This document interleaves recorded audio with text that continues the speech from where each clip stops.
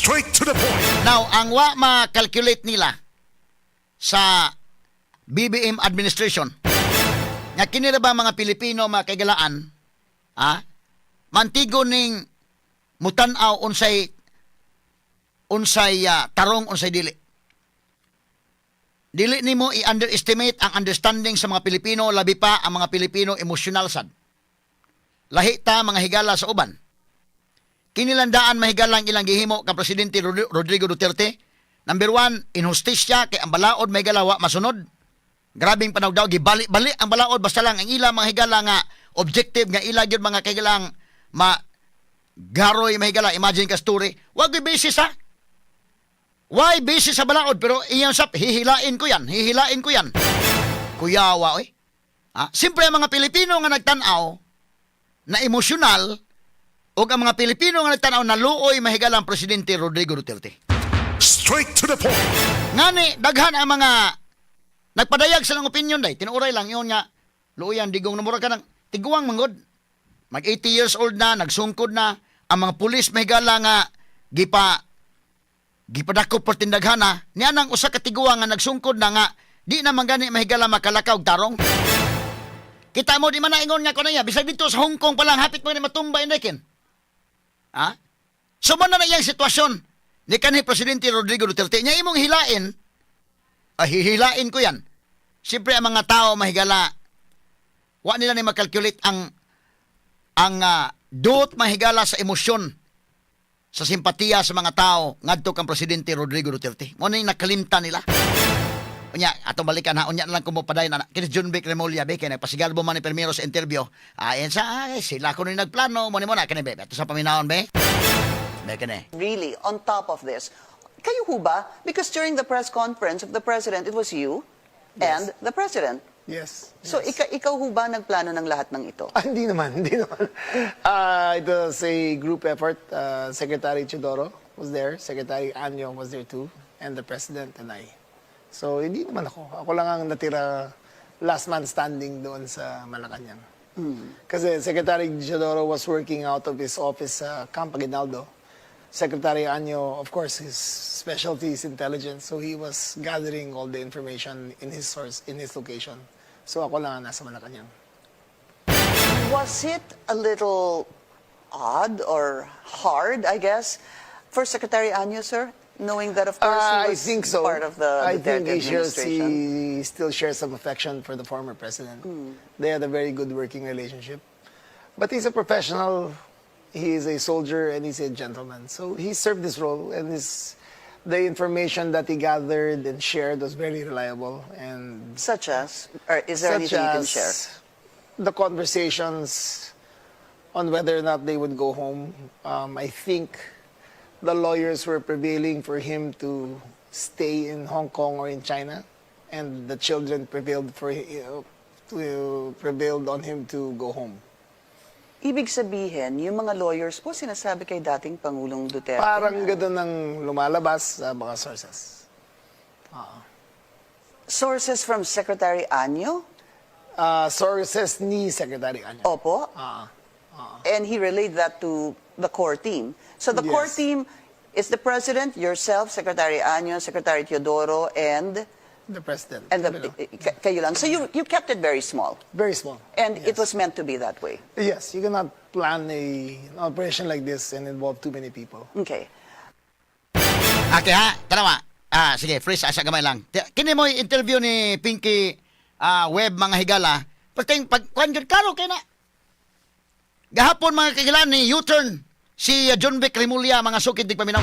Straight to the point. Karo giplano gid nila. Unya, tiya mo na mga higala man na makaingon. Grabe no, Year of the Snake. Legit yun, Year of the Snake ron. Lagi ko lang nagkatawa mga sukid di paminaw. Tanaw ni Remulla pag sulti ni anak mga higala mag-reaction ang mga Pilipino. Mula napasok si Remulla and tuyok gahapon. Bulti pagkatuyok ka sa iyang pamahayag mga kagilanta. Mo na ilhan sa kinsay nagsultig tinuod o kinsay nagsultig bakak. Simple man na kayo nga tan-aon. Straight to the point. Kunya ang mga Pilipino dili man nimo ma-underestimate ang panabot. Mo ni nagka-problema sa uban mahigala mo ra bag kaminos bitaw sila sa understanding sa ubang tao day. Sus Ginoo ko. Dili nimo ma-underestimate ang mga tao mo sabot ana oy. Simple kay ng sabton mga sukid tig paminaw. Straight to the point. Simple kay sabton. Sa hearing gahapon, pwedeng pagka-U-turn nila sa ilang mga pamahayag. Kaklaro, ana interview ko na. Nya kanang interview mahigala. Inani nga mga interviews mga kaigalan, admissible ba isusgado na ikaw man wala man na mga higala pugsa. Wala man na mahigala nga gitiunan sa mo na isulti wagyod. Sa iyang free will gyud garbo kay isulti. Nasay tanan freedom mahigalas kuan. Isulti gyud ang kamatuoran. Nga sila, ngilngigaw sila gyud mo dito presidente, si Remulla, si Gibo Teodoro o kini mahigala sekretary Anyo.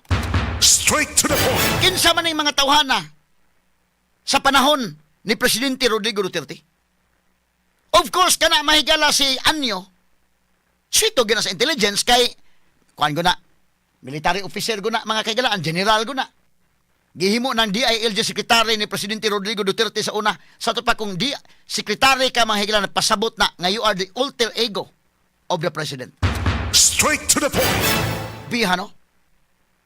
Grabiha, mana makingon ka nga tigsi mana santa naman ron mga kaigalaan, bida. Ma-emphasize gyud nato si Judas mga sukid ti paminaw nga naa sa circle ba. Nya makaako mga higala sa pagbudhi mga kaigalaan sa imong kauban. Sa ilang mga higala magtutudlo.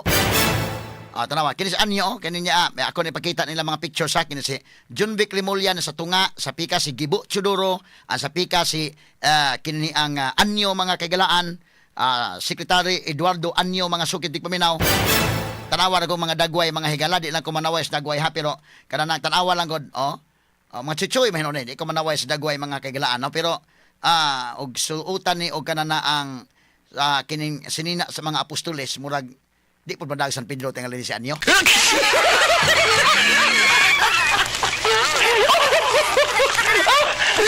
Hapit naman si Mana Santa yun. Kanya naman sa Lenten season mga sukid tig paminaw.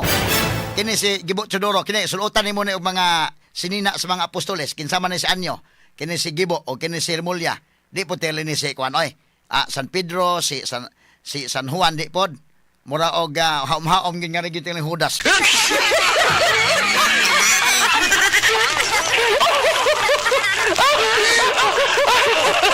Ato na niagi katawa mga sukid ti paminaw ngilngiga mga operators gyud mga sukid ti paminaw nya si BBM mo didto mga higala upat sila ila gyud gikuan nga gamay ra gyud small group ra gyud ang core group nya dito story mga higala si Marvel sila mo'y ground commander din ani unta ni pagpamaagi kuya wano kanang di kak imagine nga kini mga tawhana naani sa circle ni Presidente Rodrigo Duterte mga kaigalaan parihara ko sa mga politiko god nga dool mga higalang Presidente Rodrigo Duterte pero karon di gyud sa maningog mga higala bisag gamay ang naka-advantage sa mga tao gyud mo naningog kini gyud mga politiko in fairness po nila mga kaigalan napo ni sila kaugalingong mga issues ba nya tan-aw nila mutingog taron kita po'y gukuron mga kaigalaan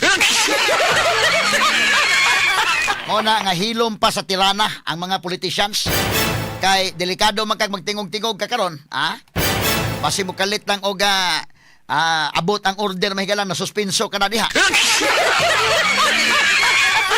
Pero ang mga tao, mga kaigalan, grabe gyud ang katawhan gyud. Mao gyud ni sulti mo ni klaro nga mga tao gyud mahigala maoy naningog na.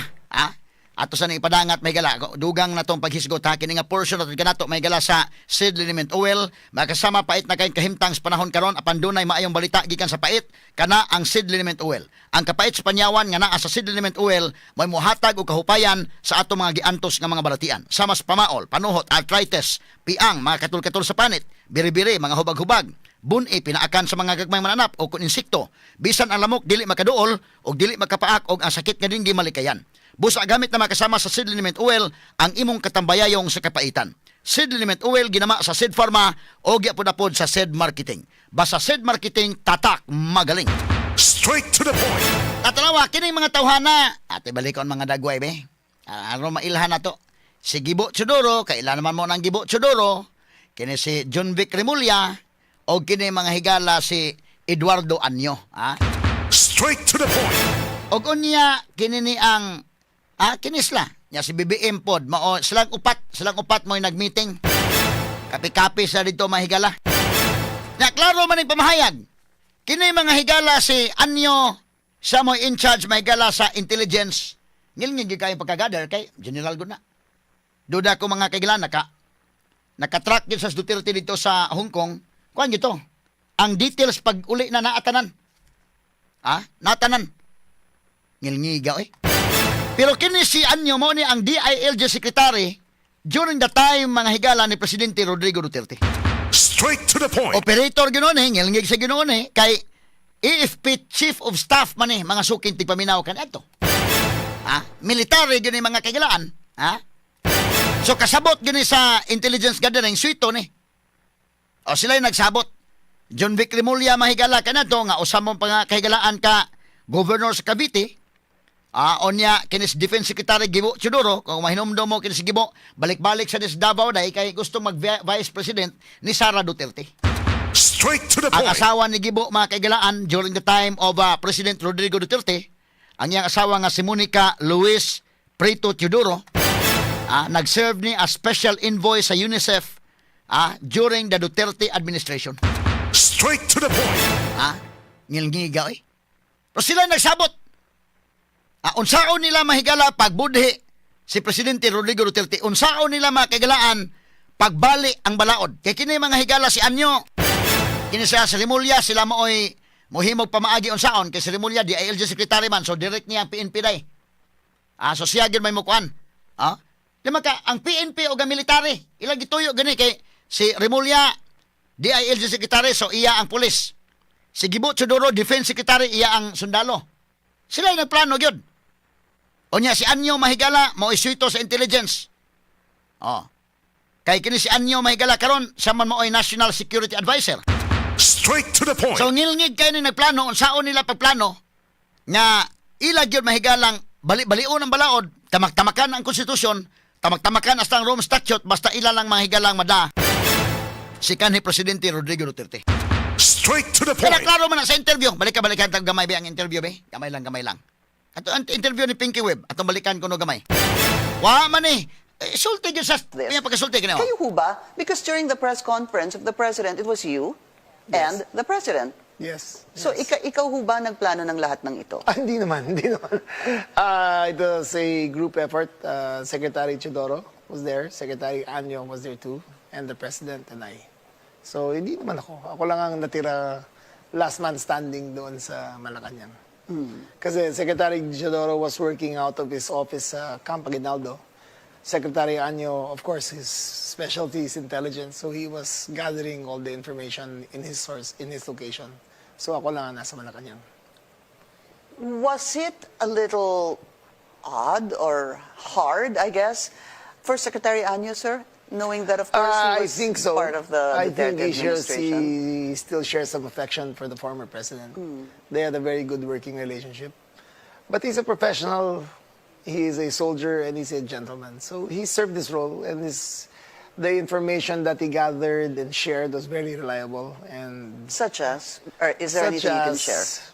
the conversations on whether or not they would go home. I think the lawyers were prevailing for him to stay in Hong Kong or in China, and the children prevailed on him to go home. Ibig sabihin, yung mga lawyers po sinasabi kay dating Pangulong Duterte. Parang na gano'n ang lumalabas sa mga sources. sources from Secretary Anyo? Sources ni Secretary Anyo. Opo. And he relayed that to the core team. So the core Yes. team is the President, yourself, Secretary Anyo, Secretary Teodoro, and The President. kayo lang. So you kept it very small. Very small. And Yes. it was meant to be that way. Yes, you cannot plan an operation like this and involve too many people. Okay. Sige. Cut, ha? Klaro na day. Pero gahapon mga higala si John Vic Rimulya porbida murag ni U-turn mga sukit ti pamina og 90 degrees, ha? 180 degrees. Bebe, ang pamahayag kagahapon, be. Ato paminaon to yung pamahayag kagahapon. Secretary John Vic na ang nagplano po rito, o yung pagkaintindi namin, ang nagplano ay kayo. Like Secretary Anyo, Secretary Gibo Chodoro, at ang pinangalan, ang Chief PNP, Okay, gamay lang. General Marbil. Gamay lang, Parang freeze. apat yung Freeze lang, pinangalan freeze. sa isang Okay, gamay lang ha. Ato ipabati mahigala kining padayon kining iyang pamahayag kagahapon. Standby sa